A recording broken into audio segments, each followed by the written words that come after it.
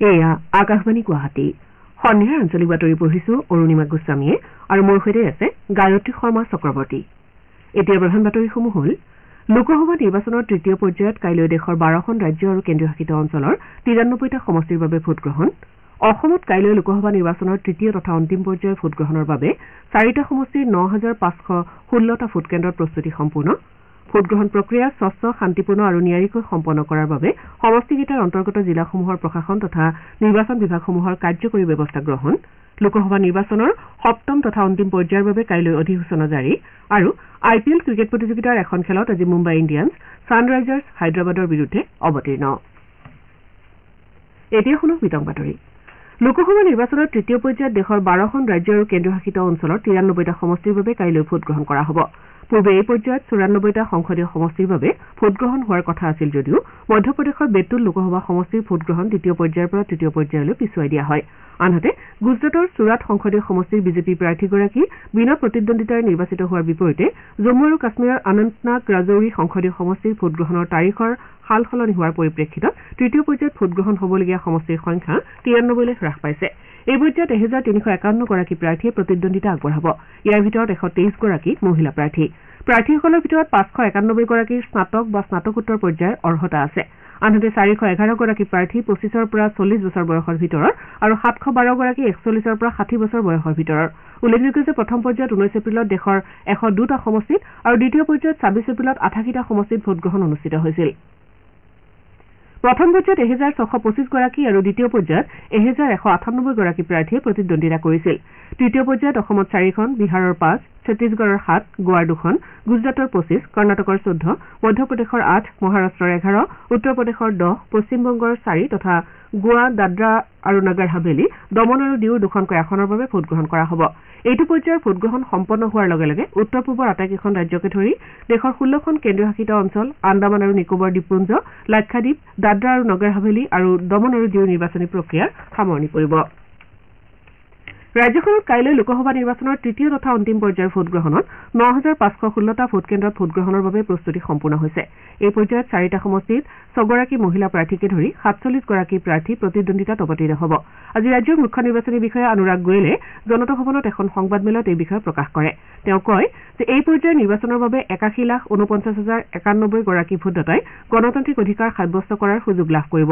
ইয়াৰ ভিতৰত 41 লাখৰো অধিক পুৰুষ আৰু 40 লাখৰো অধিক মহিলা ভোটদাতা। তদুপৰি 111গৰাকী তৃতীয় লিংগৰ ভোটদাতা আছে। এই পৰ্যায়ত 73,690গৰাকী বিশেষভাৱে সক্ষম, 40,705গৰাকী 85 বছৰৰ ঊৰ্ধৰ আৰু 2,10,177জন নতুন ভোটদাতাই গণতান্ত্ৰিক অধিকাৰ সাব্যস্ত কৰাৰ সুযোগ লাভ কৰিছে। ইয়াৰ লগতে 12,160জন দৃষ্টিহীন আৰু 28,116গৰাকী ছাৰ্ভিচ ভোটাৰ আছে। তৃতীয় পৰ্যায়ত নগৰ অঞ্চলত 1,474টা আৰু গ্ৰামাঞ্চলত 8,042টা ভোটকেন্দ্ৰত ভোটগ্ৰহণ কৰা হ'ব। ৰাজ্যখনত 300টা স্পৰ্শকাতৰ ভোটকেন্দ্ৰ হিচাপে চিনাক্ত কৰাৰ লগতে এই ভোটকেন্দ্ৰসমূহত পৰ্যাপ্ত নিৰাপত্তাৰক্ষী নিয়োগৰ ব্যৱস্থা কৰা হৈছে। তদুপৰি 5,264টা ভোটকেন্দ্ৰত ৱেবকাষ্টিঙৰ ব্যৱস্থা থাকিব। 84টা আদৰ্শ ভোটগ্ৰহণ কেন্দ্ৰ আৰু 26টা মহিলাৰ দ্বাৰা পৰিচালিত ভোটকেন্দ্ৰ থাকিব বুলিও শ্ৰীগোৱেলে জানিবলৈ দিয়ে। ধুবুৰী সমষ্টিত সৰ্বাধিক আৰু কোকৰাঝাৰ সমষ্টিত 4টা সমষ্টিৰ ভিতৰত আটাইতকৈ কম ভোটদাতা থকা বুলি শ্ৰীগোৱেলে প্ৰকাশ কৰে। তেওঁ কয় যে ভোটকেন্দ্ৰসমূহত ন্যূনতম সা সুবিধা থকাটো নিশ্চিত কৰা হৈছে। ইপিনে তৃতীয় পৰ্যায়ত নিৰ্বাচনী আচৰণ বিধি উলংঘা সম্পৰ্কীয় 221টা অভিযোগ লাভ কৰা হৈছে আৰু ইয়াৰে 219টা নিষ্পত্তি কৰা হৈছে। পঞ্জীভুক্ত অভিযোগসমূহৰ ভিতৰত 12টা গুৰুতৰ অভিযোগ বুলিও তেওঁ জানিবলৈ দিয়ে। এই সময়ছোৱাত 32বিধ অস্ত্ৰ-শস্ত্ৰ জব্দ কৰাৰ লগতে অনুজ্ঞা থকা 1,82,000ৰো অধিক অস্ত্ৰ জমা দিয়া হৈছে বুলি শ্ৰীগোৱেলে প্ৰকাশ কৰে। ইপিনে নিৰীক্ষণকাৰী দলসমূহে এই সময়ছোৱাত 209 কোটিৰো অধিক টকাৰ আপত্তিজনক সা সামগ্ৰী জব্দ কৰিছে। ইয়াৰ ভিতৰত 19 কোটিৰো অধিক নগদ ধন, 38 কোটিৰো অধিক মূল্যৰ সুৰা আৰু 129 কোটিৰো অধিক টকাৰ মাদক দ্ৰব্য জব্দ কৰা হৈছে বুলিও তেওঁ প্ৰকাশ কৰে। তেওঁ কয় যে নিৰ্বাচন নিয়াৰিকৈ পৰিচালনাৰ বাবে সকলো ব্যৱস্থাই লোৱা হৈছে। শ্ৰীগোৱেলে সকলো শ্ৰেণীৰ ভোটদাতাক কোনো ধৰণৰ প্ৰলোভনৰ বশৱৰ্তী নোহোৱাকৈ কাইলৈ গণতান্ত্ৰিক অধিকাৰ সাব্যস্ত কৰিবলৈ আহ্বান জনায়।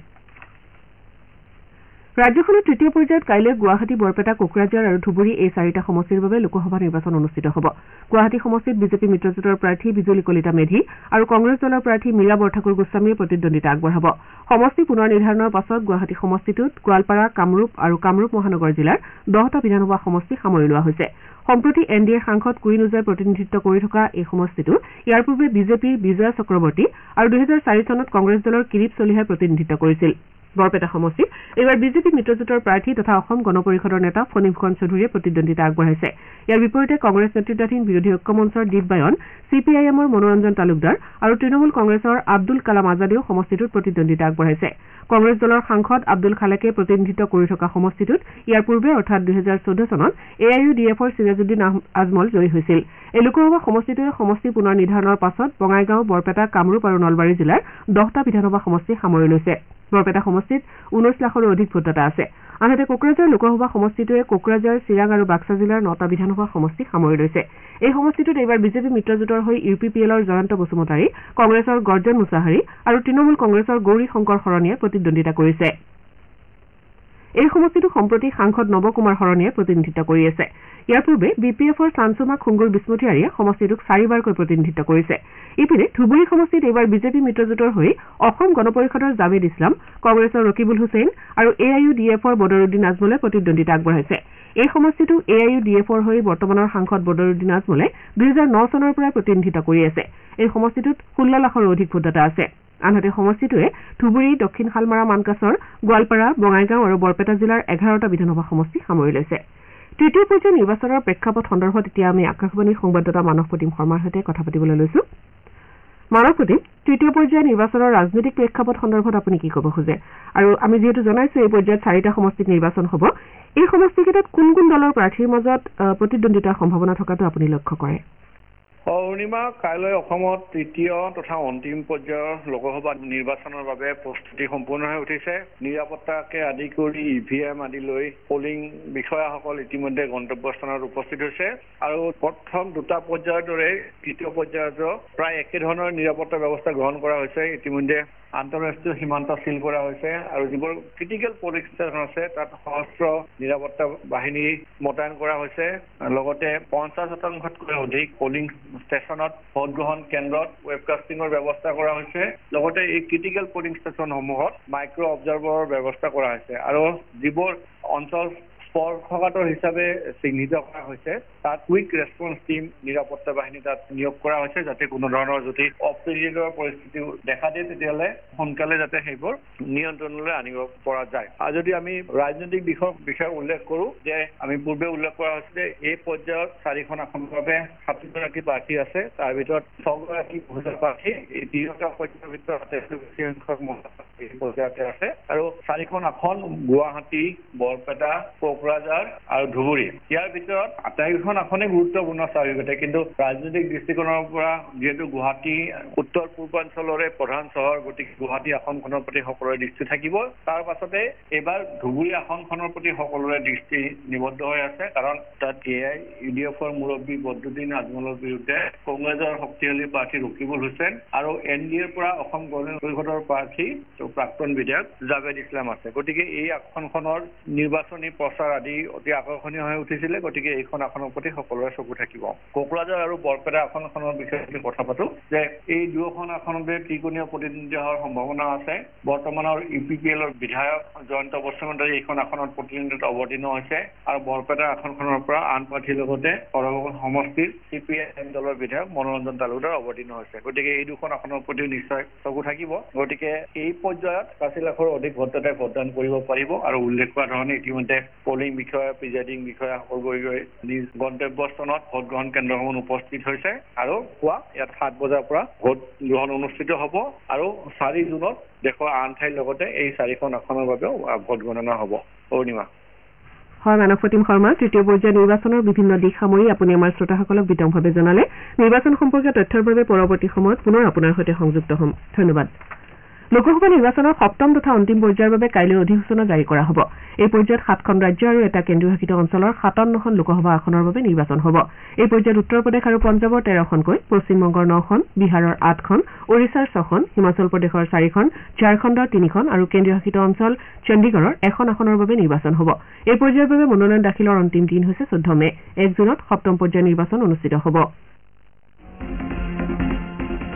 আপোনাৰ ভোট আপোনাৰ কণ্ঠ, ভোটৰ শক্তিৰে নিৰ্মাণ কৰক সুস্থ গণতন্ত্ৰ। লোকসভা নিৰ্বাচনৰ তৃতীয় পৰ্যায়ত 7 মে'ত গুৱাহাটী, বৰপেটা, ধুবুৰী আৰু কোকৰাঝাৰত পুৱা 7 বজাৰ পৰা সন্ধিয়া 5 বজালৈ হ'বলগীয়া ভোটগ্ৰহণত গণতান্ত্ৰিক অধিকাৰ সাব্যস্ত কৰি শক্তিশালী গণতন্ত্ৰৰ অংশীদাৰ হওক। শ্ৰোতাসকলে সন্ধিয়াৰ আঞ্চলিক বাতৰি শুনিছে আকাশবাণী গুৱাহাটী কেন্দ্ৰৰ পৰা পৰৱৰ্তী বাতৰি শুনক গায়ত্ৰী শৰ্মা চক্ৰৱৰ্তীৰ পৰা তৃতীয় পৰ্যায়ত কাইলৈ ৰাজ্যত 4টা সমষ্টিত হ'বলগীয়া লোকসভা নিৰ্বাচনৰ বাবে সংশ্লিষ্ট জিলা প্ৰশাসনসমূহে যাৱতীয় প্ৰস্তুতি সম্পূৰ্ণ কৰি তুলিছে কাইলৈ পুৱা 7 বজাৰ পৰা বিয়লি 5 বজালৈ গুৱাহাটী বৰপেটা ধুবুৰী আৰু কোকৰাঝাৰ সমষ্টিৰ বাবে ভোটগ্ৰহণ কৰা হ'ব সমষ্টিকেইটাৰ অন্তৰ্গত জিলাসমূহৰ প্ৰশাসন তথা নিৰ্বাচন বিভাগসমূহে ভোটগ্ৰহণ প্ৰক্ৰিয়া স্বচ্ছ শান্তিপূৰ্ণ আৰু নিয়াৰিকৈ সম্পন্ন কৰাৰ বাবে কাৰ্যকৰী ব্যৱস্থা গ্ৰহণ কৰিছে ভোটগ্ৰহণ কেন্দ্ৰসমূহত পৰ্যাপ্ত সুৰক্ষাকৰ্মী নিয়োগ কৰাৰ লগতে স্পৰ্শকাতৰ হিচাপে চিহ্নিত ভোটকেন্দ্ৰসমূহত সুৰক্ষা ব্যৱস্থা অধিক কটকটীয়া কৰি তোলা হৈছে তদুপৰি প্ৰতিটো ভোটগ্ৰহণ কেন্দ্ৰত ভোটদানৰ সময়ত ভোটদাতাসকলৰ সুবিধা হোৱাকৈ ব্যৱস্থাসমূহ ৰখাৰ দিহা কৰা হৈছে বিশেষকৈ দিব্যাংগ ভোটদাতাৰ বাবে ৰেম্প প্ৰসূতি মাতৃসকলৰ বাবে শিশুক দুগ্ধপান কক্ষৰ ব্যৱস্থা খোৱাপানী শৌচাগাৰ বিদ্যুৎ যোগানকে ধৰি সকলো ব্যৱস্থা গ্ৰহণ কৰা হৈছে প্ৰতিটো ভোটকেন্দ্ৰৰ বাবে নিয়োজিত বিষয়া কৰ্মীসকল নিজ নিজ কেন্দ্ৰত ইভিএমসহ উপস্থিত হৈছে বৰপেটা সমষ্টিত কাইলৈ হ'বলগীয়া নিৰ্বাচনৰ বাবে বৰপেটাৰ মাধৱ চৌধুৰী মহাবিদ্যালয়ৰ পৰা ভোটগ্ৰহণৰ দায়িত্বত নিয়োজিত বিষয়াৰ দলসমূহ আজি ৰাওনা হয়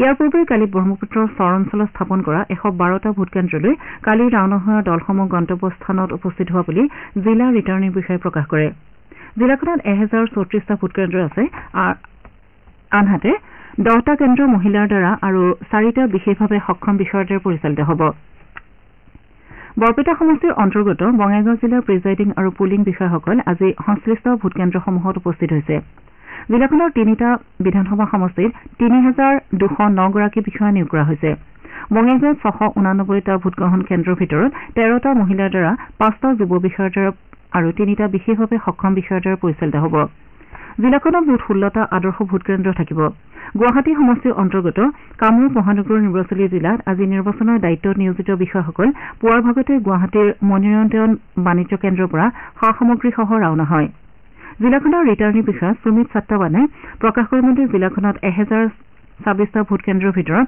100টা ভোটকেন্দ্ৰ মহিলাৰ দ্বাৰা পৰিচালিত হ'ব আনহাতে 26টা আদৰ্শ ভোটকেন্দ্ৰ থাকিব জিলাখনৰ প্ৰায় 7,000 বিষয়া কৰ্মচাৰী নিয়োগ কৰা হৈছে ভোটকেন্দ্ৰসমূহত 3টাকৈ শাৰী থাকিব আৰু এটা পুৰুষৰ আনটো মহিলাৰ হোৱাৰ লগতে তৃতীয়টো জ্যেষ্ঠ নাগৰিক দিব্যাংগ আৰু সন্তান সম্ভৱাসকলৰ বাবে ৰখা হ'ব কামৰূপ মহানগৰ নিৰ্বাচনী জিলাত 10,50,000ৰো অধিক ভোটদাতা আছে বুলি তেওঁ প্ৰকাশ কৰে কোকৰাঝাৰ লোকসভা সমষ্টিৰ অন্তৰ্গত চিৰাং জিলাৰ চিডলি চিৰাং বিধানসভা সমষ্টিত 1184 গৰাকী বিষয়া কৰ্মচাৰী নিয়োগ কৰা হৈছে সমষ্টিটোৰ স্পৰ্শকাতৰ ভোটগ্ৰহণ কেন্দ্ৰসমূহত মাইক্ৰ অবজাৰ্ভাৰ নিয়োগ কৰা হৈছে জিলাখনৰ বিজনী সমষ্টিৰ 220টা কেন্দ্ৰত ভোটগ্ৰহণৰ বাবে নিৰ্বাচনী বিষয়া দল উপস্থিত সংশ্লিষ্ট কেন্দ্ৰসমূহত উপস্থিত হৈছে একেদৰে কোকৰাঝাৰ সমষ্টিৰ অন্তৰ্গত বাক্সা নিৰ্বাচনী জিলাৰ 476টা ভোটগ্ৰহণ কেন্দ্ৰত কাইলৈ ভোটগ্ৰহণ কৰা হ'ব বাক্সা জিলাৰ 2টা বিধানসভা সমষ্টিত প্ৰায় 4 লাখ ভোটদাতা আছে ইপিনে গুৱাহাটী আৰু ধুবুৰী লোকসভা সমষ্টিৰ অন্তৰ্গত গোৱালপাৰা জিলাৰ 4টা বিধানসভা সমষ্টিত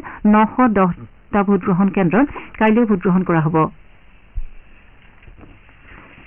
আকাশবাণী গুৱাহাটী কেন্দ্ৰ আঞ্চলিক বাতৰি বিভাগে লোকসভা নিৰ্বাচনৰ তৃতীয় পৰ্যায়ৰ ভোটগ্ৰহণ উপলক্ষে কাইলৈ দিনৰ 1:20 আৰু সন্ধিয়া 7:20 বিশেষ অনুষ্ঠান প্ৰচাৰ কৰিব অনুষ্ঠানটো আমাৰ YouTube channel AIR news Guwahati আৰু নিউজ অন AIR এপতো শুনিবলৈ পোৱা যাব আনহাতে নিৰ্বাচনী প্ৰচাৰৰ পৰিপ্ৰেক্ষিতত কাইলৈ 13, 20 আৰু 15 মে তথা 1 জুনৰ নিশা 9:25 আঞ্চলিক বাতৰি নিশা 9:10 প্ৰচাৰ কৰা হ'ব IPL ক্ৰিকেট প্ৰতিযোগিতাৰ এখন খেলত আজি মুম্বাই ইণ্ডিয়ান্স ছানৰাইজাৰ্ছ হায়দৰাবাদৰ মুখামুখি হ'ব মুম্বাইৰ ৱাংখাৰী ষ্টেডিয়ামত সন্ধিয়া 7:30 বজাত খেলখন অনুষ্ঠিত হ'ব বাতৰি শেষ কৰাৰ আগতে প্ৰধান বাতৰিকেইটা পুনৰ এবাৰ